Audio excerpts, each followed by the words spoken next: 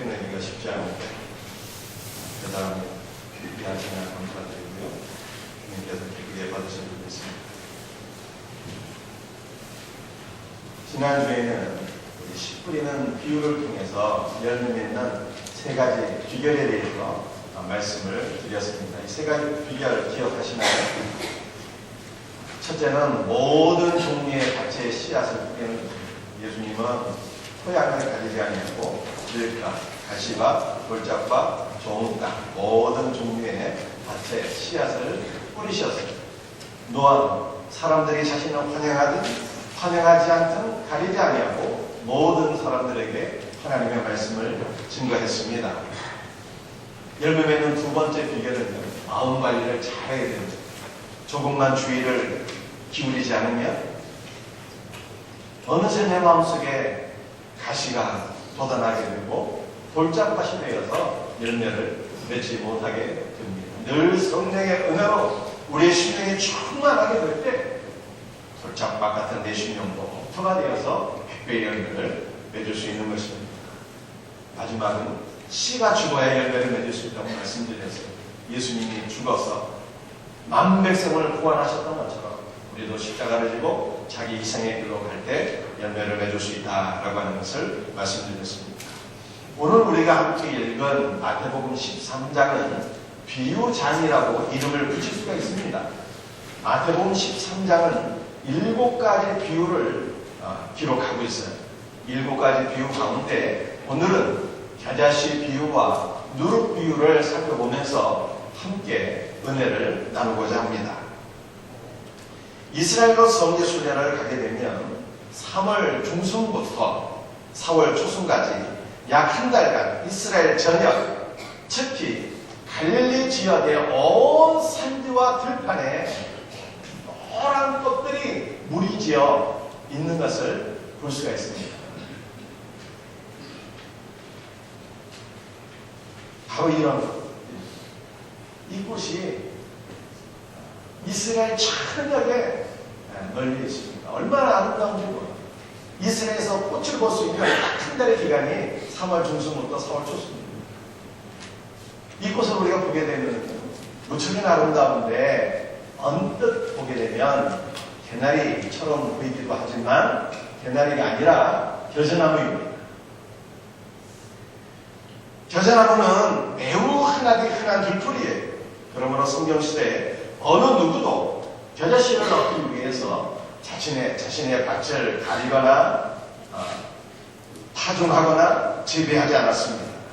겨자를 얻고 싶다면 그저 밖에 나가서 따기만 하면 되었기 때문입니다. 그만큼 재배하지 않고도 얻을 수 있는 것이 바로 겨자입니다. 때문에 만약 어떤 사람이 자신의 밭을 경작해서 겨자씨를 심는다고 하면 그는 분명 사람들에게 어리석은 사람이라고 손가락질 받았을 것입니다. 정상적인 사람은요, 자신의 밭에 포도나무나 올리브나무나 무화과나무나 이런 것을 심는 거예요. 왜냐하면 이런 나무를 심어야 도움이 되고 자신의 가족을 부양할 수 있기 때문입니다. 그러나 오늘 본문에 나타난 사람은 자신의 밭에 겨자씨 하나를 심었어요. 여러분들 겨자씨가 어떻게 생긴지 아십니까? 바로 이렇게 생겼는데 이 손톱 끝에 있는 조그만 점 같은 바로 이것이 겨자씨예요. 모든 씨 중에 가장 작은 씨입니다. 자세히 보지 않으면 보지도 않을 정도입니다. 소중한 자신의 밭에 경제적 가치가 전혀 없는 겨자씨를 심은 농부의 행동은 전혀 이해할 수가 없습니다. 그런데 예수님은 언뜻 보기에 어리석은 농부의 행동이 마치 하나님의 나라와 같다 말씀하셨어요. 왜 그럴까요? 밭은 하나님의 나라를 상징합니다. 겨자씨를 심은 어리석은 농부는요, 다름 아닌 우리 예수님이에요. 그렇다면 겨자씨는 무엇이에요? 겨자나무는 이스라엘 전역, 특히 갈릴리에서 가장 흔하게 볼 수 있는 들풀입니다. 갈릴리는 구약시대 아수르를 비롯한 이방 민족들에 의해서 짓밟히고 고통을 받은 지역입니다.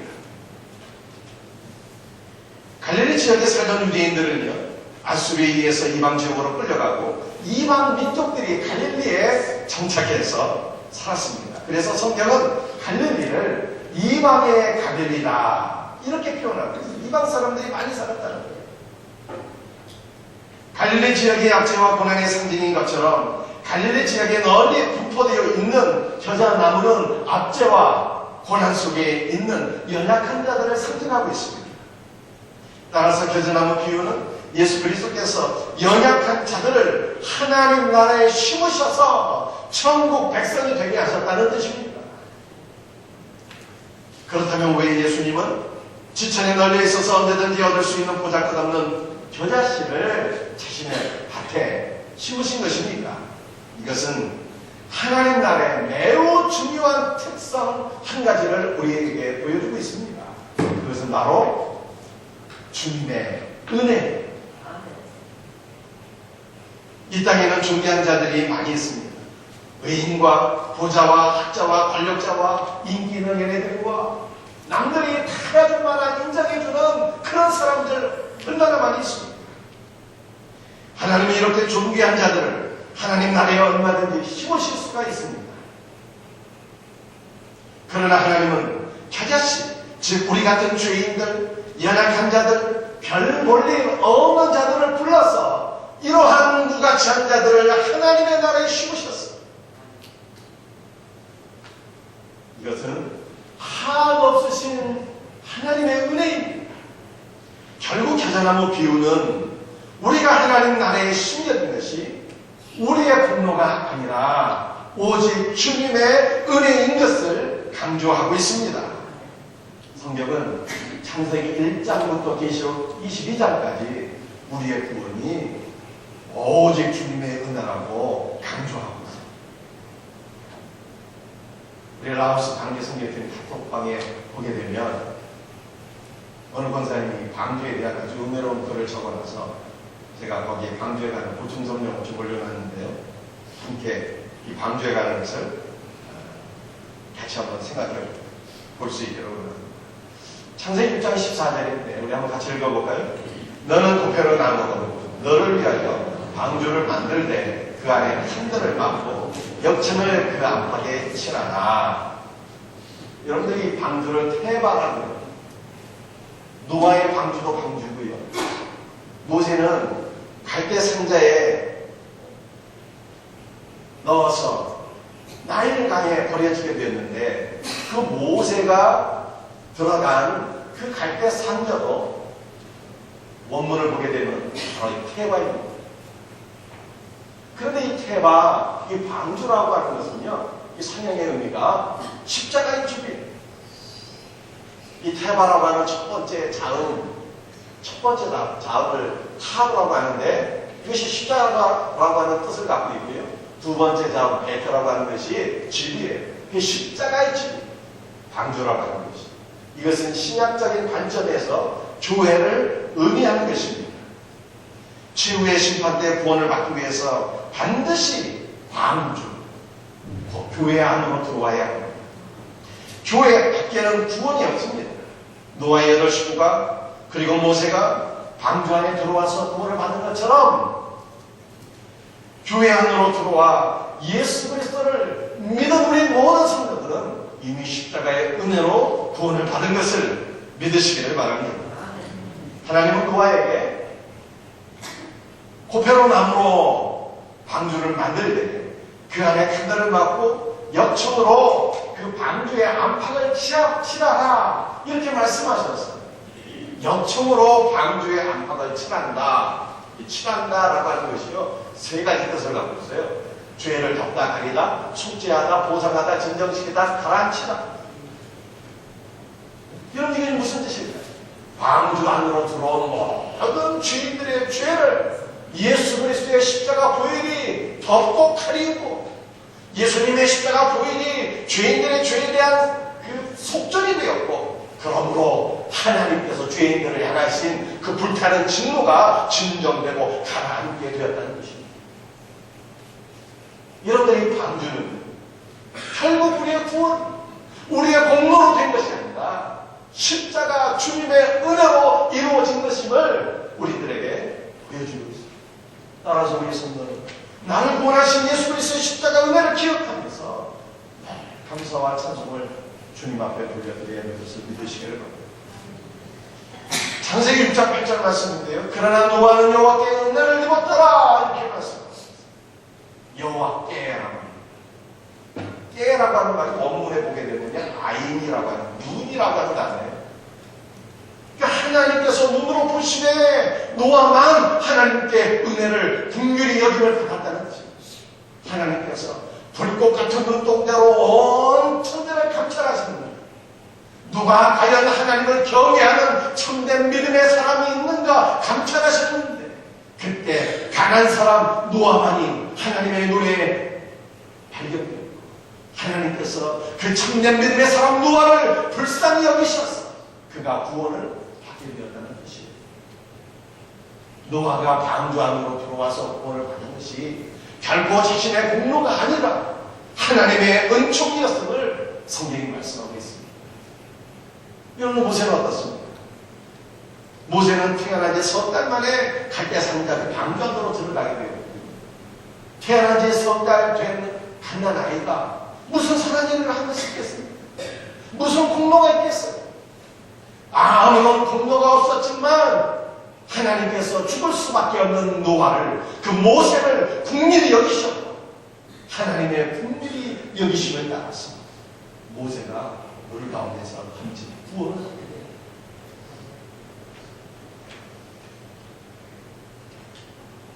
여러분들 오늘 우리도 마찬가지입니다. 아무 공로 없는 자 하나님의 은혜로 구원받게 된 것을 성경이 강조하고 있습니다. 신약 성경 고린도전서 1장 26절에서 29절 보면 바울도 오직 하나님의 은혜를 강조하고 있습니다. 우리 한번 성경 같이 읽어볼 수 있도록 하겠습니다. 형제들아 너희를 부르심을 보라. 육체를 따라 지혜로운 자가 많지 아니하며 능한 자가 많지 아니하며 문벌 들어온 자가 많지 아니하노라. 하나님께서 세상에 천한 것들과 멸시받는 것들과 없는 것들을 택하사 있는 것들을 피하게 하시나니 이는 아무 육체도 하나님 앞에서 자랑하지 못하게 하려 하십니다. 하나님께서는 어느 날에도 연약한 자들을 선택하시고 구원하십니다. 왜냐하면 아무 육체도 하나님 앞에서 자신의 공로를 주장하지 못하게 하려 합니다. 말씀하고 있습니다. 저와 여러분이 구원을 받은 것도 오직 주님의 한없으신 은혜예요. 주님의 사랑으로 구원받은 거예요. 여러분들 믿으십니까? 마태복음 13장 32절 말씀 같이 읽어보겠습니다. 이는 모든 시보다 작은 것이로되 자란 후에는 풀보다 커서 나무가 되매 공중의 새들이 와서 그 가지에 깃들이니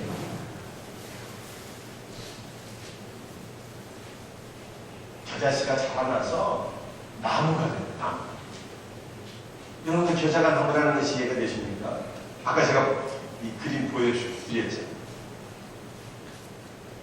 겨자가 작은 겨자씨가 자라서 나무가 돼요. 우리의 시각으로는 이 겨자는요 나무가 아니거든요. 1년생 들풀에 지나지 않습니다. 그러나 유대인의 시각에서는요 이것이 나무예요. 성경시대에 유대인들은 나무와 풀을 정의할 때 땅에서 바로 나와서 잎사귀가 펴지게 되는 것은요, 이것은 풀입니다. 예를 들어서 이 상추 같은 것, 밭에서 바로 잎사귀가 나와서 이렇게 펴지게 되잖아요. 이런 것은 풀이 되고 채소가 되는 거예요. 그러나 땅에서 뿌리로부터 이 대가 솟아오르고 대로부터 줄기가 퍼지고 이 줄기에서 잎사귀가 나게 되군요. 이것은 유대인의 관점에서는 나무인 거죠. 그래서 성경에 이 겨자나무가 우리가 볼 때는 나무가 아닌데 성경에서 유대인의 관점에서는요 나무가 되었다 이렇게 표현하고 있는 거예요. 이 겨자나무는 잘 자라게 되면 약 2m가량 자라나게 됩니다. 그래서 공중에 새가 깃들이게 돼요. 그러나 이 작은 한 2m 정도가 되는 겨자나무 하나가 자란다고 해서 그 가운데 공중의 새들이 깃들일 수는 없습니다. 겨자나무는 여러분들이 보시다시피 군집식물이에요. 즉 겨자는 많은 객체를 이루고 있습니다. 그래서 겨자씨가 자라나게 되면 작은 나무일지라도 군집을 이루기 때문에 그 나무들의 공중에 새들이 찾아와서 깃들이게 되는 것입니다. 이 깃들이게 된다라고 하는 것이 무슨 뜻이에요? 장막을 치고 살고 거주한다, 이런 뜻입니다. 이것은 장막을 치듯이 새들이 모여들어서 그곳을 떠나지 아니하고 이 겨자나무 가운데서 살고 있는 것을 보여주고 있습니다. 겨자씨처럼 별 볼 일 없는 자들, 억눌리고 고통받던 자들이 하나님 나라에 숨겨져서 그 믿음이 자라나고 성장하게 되면, 그리고 군집을 이루게 되면 이것이 바로 하나님의 나라의 교회 공동체인 것입니다. 그리고 이런 교회 공동체 안에 하나님께서 새들, 많은 영혼들을 보내주시고 많은 영혼들이 교회 공동체 안에서 안식을 누리게 되고 천국의 영생의 복을 얻게 되는 것입니다. 저는 모태 신앙인입니다. 지금도 주일학교 시절에 들은 말씀들이 생생하게 기억납니다. 다윗과 골리앗의 이야기, 다니엘이 사자굴에 들어가서 살아나온 이야기, 얼마나 재미있게 그 말씀을 들었는지. 주일학교 교육이 중요해요. 평생 잊혀지지 않아요. 주일학교 시절에 하나님 말씀을 듣고 교회 예배당에 가서 무릎 꿇고 기도했을 때 하나님께서 주신 첫 번째 기도입니다. 평생 잊혀지지 않아요. 중학교 수련회 때 말씀을 듣고 기도하는데 정말 주님께서 한 줄기 은혜의 빛을 비춰주셨던 그 놀라운 역사. 고등학교 때 기도할 때 살아계신 하나님을 만났던 놀라운 역사들 잊혀지지 않아요. 저희 어린 시절은 참으로 겨자씨 같은 인생이었어요. 나이도 어리고 보잘것없고 심히 가난하고 연약한 존재였습니다. 그런데 이렇게 별 볼 일 없는 아이를 하나님께서 소중한 밭에, 주님의 밭에 심어주시고 은혜를 베풀어 주셔서 자라나게 하셨습니다. 미약한 겨자씨 같은 존재가 은혜를 받아서 성장하니까 한 교회를 담임하는 목사가 되었습니다. 그러나 목회자 한 사람으로 이 교회 공동체가 이루어지는 것이 아닙니다. 교회 공동체가 되는 것이 아닙니다. 겨자씨는 이미 여러분들이 보셨지만 군집식물입니다. 구원받은 성도들이 모여서 강건한 교회 공동체를 이루게 될 때 이것이 교회이며, 이러한 교회 공동체 안에 하나님께서 새들, 많은 영혼들을 보내주시고 그 교회 공동체 안에서 영혼들이 안식을 누리고 또 하나의 겨자씨가 되어서 하나님 나라에 심겨지게 되는 것입니다. 여러분들 교회 공동체는요, 은혜 가운데 건강한 공동체를 이루기만 해도, 우리 성도들이 하나가 되어서 군집하기만 해도 하나님께서 영혼을 보여주시고 영혼구원의 사명을 감당할 수가 있어요. 우리 생명샘이 바로 이와 같은 겨자씨, 겨자나무와 같은 공동체가 되어서 많은 영혼들이 구원받는 역사가 일어날 수 있기를 예수 그리스도의 이름으로 축복합니다. 여러분들이 겨자나무의 비유를 한번 정리할 수 있도록 하겠습니다. 여러분, 겨자나무는요, 오직 하나님의 은혜를 강조하고 있습니다. 겨자씨같이 별볼이 없는 자들이 하나님 나라에 심겨진 것이 자신의 공로가 아니라 오직 주님의 공로라고 하는 것입니다. 이 겨자씨가 자라서 성장하여 나무가 되면은 많은 그 나무들이 군집하게 되고, 이러한 공동체 안에 하나님께서 영혼을 보여주셔서 영혼구원의 사명을 감당하게 된다고 하는 것을 보여주고 있습니다. 자, 그렇다면 오늘 본문에 나타난 이 누룩비유는요, 어떤 것일까요? 마태복음 13장 33절 말씀 우리 한번 같이 읽어볼 수 있도록 하겠습니다. 천국은 마치 여자가 가로 서마 속에 갖다 넣어 전부 부풀게 한 누룩과 같으니라. 한 여성이 누룩을 가로 서마 속에 갖다 넣었더니 가루가 전부 부풀어오르게 되었습니다. 여러분들, 누룩이라는 것이 무엇일까요? 이스트 비슷한데 이스트와는 다른 일종의 곰팡이 균입니다. 고대의 누룩은 일반적으로 빵을 만들어 먹고 난 뒤 그 부스러기들을 모아서 물로 축축하게 적셔서 햇빛에 잘 말린 이후에 갈아서 만든 가루입니다. 이렇게 만든 누룩은요, 효묘균이 생겨서 밀가루 속에 넣어두게 되면 밀가루가 발효가 되고 맛있는 빵의 원재료가 됩니다. 이 누룩비유와 겨자씨 비유는요, 공통점이 있어요. 두 비유의 공통점은 성장하게 된다, 커지게 된다 라고 하는 것입니다. 그런데 이 두 가지 비유가 차이점이 있습니다. 이 겨자씨 비유는 하나님의 은혜를 강조함과 동시에 교회의 외형적 성장을 상징하고 있습니다. 겨자씨가 자라서 겨자나무가 되고요, 둥집하게 되고요, 그러면 궁중에 많은 새들이 깃들게 되고요, 영혼 구원의 역사가 이루어지게 된다고 하는 하나님 나라의 외적인 성장을 우리들에게 보여주고 있는 것입니다. 겨자씨와 같은 소수의 사람들에 의해서 시작된 복음이 땅끝까지 이르게 되었습니다. 복음이 예루살렘과 온 유대와 사마리아 소아시아를 거쳐서 로마 제국 전역에 퍼지게 되었는데 단 1세기도 걸리지 않게 되었습니다. 유럽 전역에 복음화된 이후에 미국으로 복음이 전파되어서 북미와 남미가 복음화되었고요. 마침내는 언더우드와 아펜셀러를 통해서 복음이 이 땅에 들어오게 되었습니다. 대한민국에 들어온 복음이 온 나라에 전파되어서 지금 곳곳에 우리가 가는 곳마다 하나님의 교회가 세워지게 되었습니다. 한국교회는 1000만 신자를 촬영하고 있고요. 믿는 대통령과 국회의원들과 기업인들을 배출했습니다. 대한민국은 전 세계에서 세계 제1위의 선교 대국이 되었습니다. 겨자씨가 온 땅에 충만하듯이 이 땅에 교회가 충만하게 되었습니다. 겨자씨 비유는 외형적인 하나님의 나라 성장을 우리에게 보여주고 있습니다. 반면에 누룩 비유는요, 이 누룩이 가루 소마 속에 퍼지는 것이 우리 사람의 눈으로 보이질 않습니다. 마찬가지로 이 누룩 비유는요, 하나님 나라의 성장을 보여주는데 이것은 외형적인 성장이 아니라 내면의 변화, 내면의 성장을 우리들에게 교훈하고 있습니다. 구약 성경 우리 스가랴서 12장 10절 말씀을 한번 같이 읽어볼 수 있도록 하겠습니다. 내가 다윗의 집과 예루살렘 주민에게 은총과 간구하는 심령을 부어주리니 그들이 그치는 바 그를 바라보고 그를 위하여 애통하기를, 독자를 위하여 애통하듯 하며 그를 위하여 통곡하기를, 장자를 위하여 통곡하듯 하며. 다윗의 집과 예루살렘 주민은 어떤 사람들입니까? 주님의 사랑과 은혜를 많이 받은 사람들이었어요. 주님을 환호하던, 주님을 찬양하던 자들이었습니다. 그러나 어느 순간 이들이 예수님을 십자가에 못 박으라, 예수를 십자가에 못 박으라 외치게 되었습니다. 예수님께서 예루살렘 주민들에 의해서 십자가에 못 박히게 되었습니다. 그리고 장사한 지 3일 만에 죽은 자 가운데서 부활하셨습니다.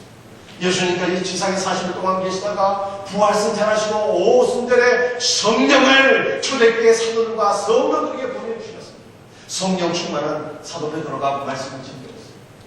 너희가 십자가에 못 박은 예수를 하나님께서 너희의 주와 그리스도가 되게 하셨다. 이 말씀이 그 예수 그리스도가 십자가에 못 박은 예루살렘 주민들의 심령에 박히게 되었습니다. 자신이 하나님께서 보내신 이스라엘의 구원자를 십자가에 못 박았다고 하는 자신의 죄가 깨달아지게 될 때 다윗의 집과 온 예루살렘 주민들이 통곡하게 됐습니다. 그들이 하나님 앞에 자신의 죄를 애통하게 됐는데 그들의 애통이 얼마나 큰 애통인지 마치 독자를 잃은 부모의 애통 같은 애통이 그들에게 임하게 되었습니다. 가슴이 치면서 옷을 찢으면서 하나님 앞에 통곡하고 자신의 죄를 회개하게 되었습니다. 그리고 이들이 변화되어서 초대 예루살렘 교회의 성도가 된 거예요. 아무리 약한 자라도 예수 그리스도를 믿고 성령의 은혜를 받게 되면 자신의 죄를 깨닫고 애통하는 역사가 일어나게 됩니다. 주여 나를 불쌍히 여기소서, 내가 바로 주인입니다. 간구하게 될 때 죄악의 요소들이 떨어져 나가고 믿음이 성장하며 예수 그리스도를 닮아가게 됩니다. 예수 그리스도를 닮아가는 내면적 성장은 눈에 보이지 않습니다. 그러나 예수 그리스도를 닮아가는 내면적 성장이야말로 참된 성장이야 참된 내면적인 변화인 것입니다. 그리고 이렇게 내적인 변화를 이룬 사람들이 주변에 강력한 영향력을 미치는 참된 신자가 됩니다. 넌 크리스찬이 사업을 하게 되면 그 목적이 이루어지고 있습니다. 그러나 예수를 믿어서 내면이 변화된 신자가 사업을 하게 되면 단순히 돈 버는 것을 사업의 목적으로 삼지 않습니다. 돈을 벌어서 직원들을 부양하고 사회의 불을 환원해서 이 땅 가운데 하나님의 나라를 세워가는 것을 자신의 인생의 목적으로 삼습니다. 넌 크리스찬들이 정치를 하게 되면 권력을 잡아서 명예를 높이고 자신의 탐욕을 채우게 됩니다. 그러나 예수님을 만나서 변화된 자들이 정치를 하게 되면 진실하고 정의로운 사회를 추구하게 됩니다. 연약한 자를 돌보고 악인들을 심판하는 공의로운 사회를 추구하게 됩니다.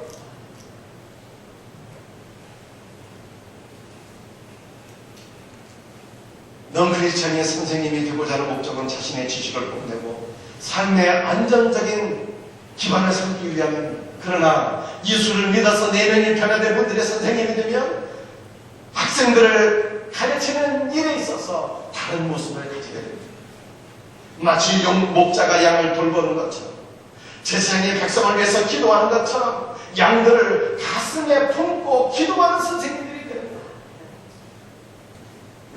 세속적인 생각에 젖어있던 사람들이 예수님을 믿고 복음의 말씀이 그의 심령에 들어가게 되면 하나님의 말씀이 그 심령의 내면 세계를 다 변화시키게 됩니다. 하나님 앞에서 죄악된 자신을 발견하게 됩니다.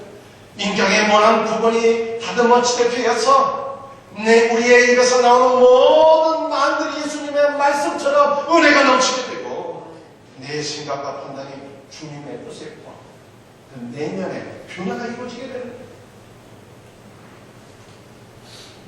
누가복음 19장 4절 5절 말씀 우리 한번 같이 읽어볼 수 있도록 하겠습니다. 앞으로 달려가 오기 위하여 돌 무화과 나무에 올라가니 이는 예수께서 그리로 지나가시게 됩니다. 예수께서 그것에 일어서 쳐다보시고 이르시되 삭개오야 속히 내려오라 내가 오늘 내 집에 유하여야 되겠다. 우리 이전 성경에는 삭개오가 예수님 만나기 위해서 무슨 나무 올라갔어요? 뽕나무에 올라갔다고 기록되어 있잖아요. 이 잘못된 번역이에요. 사실은 삭개오가 올라간 나무는요 돌무화과 나무였어요. 여러분들이 돌무화과 나무는요 배운에도 또 자라나고 배운에도 또 자라나는 그런 특성이 있습니다. 그래서 이 돌무화과 나무는 회복을 상징하는 나무. 어떤 사람이 돌무화과 같다 이렇게 표현하게 되면 그 사람이 회복이 잘 되는 사람이다 이런 뜻입니다. 예수님께서 여리고성에 가서 돌무화과 나무에 올라간 삭개오를 만나주셨습니다. 이것은 예수님께서 삭개오를 화목시켜 주시기 위해서 여리고성에 가셨다는 뜻입니다. 예수님을 만난 삭개오가 화목이 되었습니다. 삭개오는 본래 세리장이었습니다. 삭개오는 비록 돈은 많았지만 유대인이 볼 때는 민족을 배반한 정말 인간 같지 않은 인간, 겨자씨같이 무가치한 인간이었습니다. 따라서 그가 하나님의 나라를 상속받을 것이다. 아무도 그렇게 생각하지 않았습니다. 그러나 예수님께서는 삭개오를 만나주시고 그를 회복시켜 주셨습니다. 그리고 이 삭개오야말로 진정한 아브라함의 자손이다. 참된 천국 백성이다. 이렇게 인정해 주셨습니다. 삭개오가 구원받은 것이 전적인 주님의 은혜였다는 거예요. 삭개오가 주님을 만나서 그 내면이 회복된 이후에 뭐라고 고백했을까요? 누가복음 19장 8절에 삭개오의 고백이 기록되어 있습니다. 같이 읽어보겠습니다. 삭개오가 서서 주께 여쭤요. 주여 보시옵소서. 내 소유에 절반을 가난한 자들에게 주겠어. 만일 육의 것을 속여 빼앗은 일이 있으면 내 갚으리라 갚는다. 여러분들 구약 성경을 보게 되면 배상법이 있어요. 배상법. 그런데 의도적으로 누구의 것을 빼앗거나 재산상의 피해를 끼친 경우와 의도적으로 아니었고 비고의적으로 남에게 피해를 끼친 경우에 그 배상이 달랐어요. 비고의적으로 이웃의 재물에 피해를 끼치게 되면 이렇게 배상하면 되는 거예요. 120% 플러스 양한만. 누구의 재물에 100만 원 피해를 끼쳤어요. 그는 120만 원 그 사람에게 주고 양 한 마리를 하나님 앞에 속건 제물로 드리면 그 사람의 죄가 다 깨끗이 했거든요. 여러분, 오늘 본문에 나타난 삭개오는요, 주님이 이렇게 고백했습니다. 만일 누구의 곳을 속여 빼앗은 일이 있으면 이것은 자신이 의도적으로 이웃의 재산상의 피해를 끼친 일이 없다는 거예요. 만일이라고 하는 단어가 있잖아요. 그러나 내가 혹시라도 내가 의도하지 않았지만 누구의 것을 속여 빼앗은 일이 있다면 어떻게 하면 되는 거예요? 120 플러스 양 한 마리가 되는 거예요. 그런데 삭개오는 이렇게 고백하잖아요. 주님, 제가 전 재산의 절반을 가난한 사람들에게 나눠주겠사오며 그리고 누구의 것을 빼앗은 일이 있으면 4배나 갚겠나이다. 이렇게 고백합니다. 삭개오가 이 놀라운 고백을 한 것은 예수님을 만나 구원받은 이후에 그의 내면 세계가 변화되었기 때문입니다. 예수님 만나기 전까지 삭개오의 인생 최고의 목적은 많은 돈을 모아서 부자가 되는 것이었어요. 그러나 예수님을 만난 이후에 삭개오의 내면은 변화가 되었어요. 삭개오의 마음속에는 예수 그리스도를 향한 그 은혜, 주님의 은혜를 향한 감사와 감격에 충만해서 주님, 저의 재산의 절반을 가난한 사람들을 위해서 나눠주겠습니다. 주님을 사랑하는 것이, 가난한 사람들을 사랑하고 돌보는 것이 그의 인생의 새로운 목적으로 바뀌어지게 되었다는 것입니다. 여러분들, 예수님을 믿게 되면 삭개오처럼 내면이 변화됩니다. 구원의 확신과 기쁨이 넘쳐나게 됩니다. 이웃을 향한 사랑의 마음과 긍휼의 마음으로 충만하게 됩니다. 이렇게 내면이 변화된 성도가 주변 사람들에게 진정한 영향력을 미치는 참된 신앙입니다. 여러분도 오늘 겨자씨 비유와 누룩 비유는요, 하나님 나라는 외형적으로도 성장해야 되지만 하나님의 나라는 내면적으로 성장해야 된다는 것을 보여주고 있어요. 예수님을 만난 성도들이 그 내면의 세계가 변화되어서 많은 사람들에게 주님의 사랑과 은혜를 흘려보내고 영향력을 미치는 자가 되어야 된다는 것을 보여주고 있습니다. 사랑하는 성도들, 예수님 만난 이후에 여러분의 내면 세계가 변화되셨나요?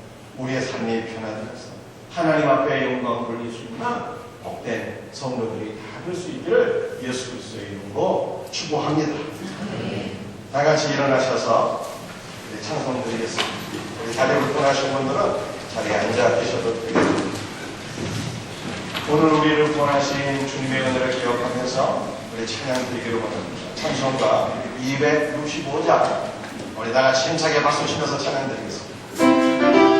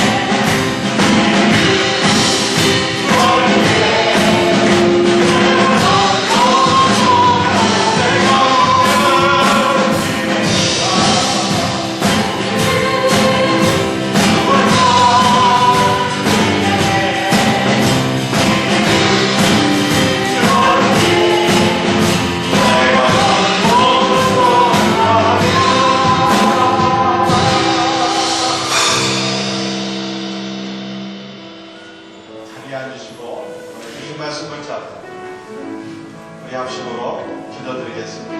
사랑하는 성도, 저와 여러분이 구원받은 것은 우리의 어떤 공로 때문이 아니라 겨자생선 무가치한 자들은 하나님께서 하나님 나라에 심겨주시는 오직 주님의 은혜를 주시고, 오늘 시간도 주님의 은혜를 기억하면서 우리를 구원하신 우리 주님께 모든 감사와 영광을 돌려드릴 수 있도록 합니다.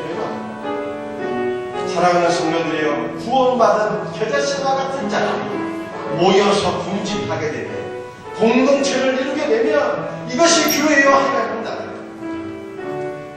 그리고 하나님께서 이 공동체의 영혼들을 보내주시는 성도들은 교회 안에 모여있기만 해도 영원의 역사를 감당할 수 있다고 하는 것을 성경이 말씀하고 있습니다. 하나님, 우리 교회가 이런 교회 되게 없어서 우리 기도합시다. 여러분들, 구원받은 신자들은 누룩비와 같이 내면 세계가 변화되고, 삭개오처럼 내면 세계가 변화되고 새로운 인생의 목적을 갖고 살아야 돼요. 하나님, 내 내면이 예수 그리스도의 보혈로 변화되게 하옵소서. 오늘 주신 말씀 붙잡고 주여 한번 해주고 간절한 마음으로 기도드립니다. 주여, 아버지 하나님, 오늘 시간에 아버지 하나님, 누구같이 한다 겨자씨와 같은 자들을 하나님께서 불쌍히 여기시옵소서. 아버지 나라에 옮겨 심어 주셨사오니 감사와 찬송과 영광을 주 앞에 돌려드립니다. 아버지 하나님, 우리 사랑하는 성도들, 아버지 하나님, 겨자씨와 같은 자들 구원하신 주님의 은혜를 기억하면서 늘 감사하며 늘 찬송하며 살아가게 하여 주옵소서. 아버지 하나님, 생명생애가 아버지 하나님, 겨자씨와 같은 자들이 지나도 아버지 모여서 공동체를 이루게 되었사오니 아버지 공동체 내에 하나님께서 많은 영혼들을 보내어 주옵시고 영혼권의 사명을 감당하고 복되게 하여 주옵소서. 아버지 하나님, 우리에게서 말씀하신 것처럼 우리의 내면이 변화되는 역사들이 일어나기를 원합니다. 아버지, 새로운 인생의 목적이 아버지 우리에게 부여되기를 원합니다. 우리 마음속에 진정한 감사와 찬송과 기쁨이 넘쳐나기를 원합니다. 아버지, 주님을 향한 사랑, 이웃을 향한 사랑이 가득하게 하시고 아버지 이웃에게 영향력을 미치는 신자들 되게 하옵소서. 감사하고 예수님의 이름 받들어 기도드립니다. 아버지 하나님, 겨자씨와 같은 무가치한 자들 천국 백성 되게 하셨사오니 주님의 은혜를 기억하면서 감사와 찬송과 영광을 주 앞에 돌려드립니다. 우리 사랑하는 성도들 마음속에 오직 주님의 은혜와 오직 감사와 감격만이 넘쳐나게 하옵소서. 아버지 하나님, 겨자씨와 같은 무가치한 자들이 하나님의 나라에 심겨지게 되었고 교회 공동체를 이루게 되었습니다. 주의 공동체에 하나님께서 많은 영혼들을 보내주셔서 영혼 보내 역사가 풍성하게 일어나게 하옵소서. 아버지 하나님, 누룩교회에서 말씀하신 것을 우리가 기억하오며 우리의 내면이 변화되기를 원합니다. 삭개오처럼 변화의 삶으로 나가기를 원합니다. 우리 하나님 아버지의 긍휼히 여겨 주옵소서. 주님 닮은 신자들이 되게 하여 주시옵소서. 아버지 하나님, 오늘도 아버지 앞에 나와서 예배를 드리면서 귀한 예물을 구별하여 드립니다. 열의 하나를 구별하여 드립니다. 감사 예물을 드립니다. 성교와 구제 예물을 드립니다. 주정원문과 세례여신과 헌당과 장학사업을 위해서 드려지는 모든 예물들 하나님 나라 하나님 영광 위하여 아름답게 귀하게 쓰임받게 하여 주시옵소서. 오직 하나님 앞에 영광 되게 하여 주옵소서. 한실한 모든 손들들을 위해 주께서 은혜와 복을 주시옵기를 간절히 소원하고 예수님의 이름 받들어 감사하며 기도드려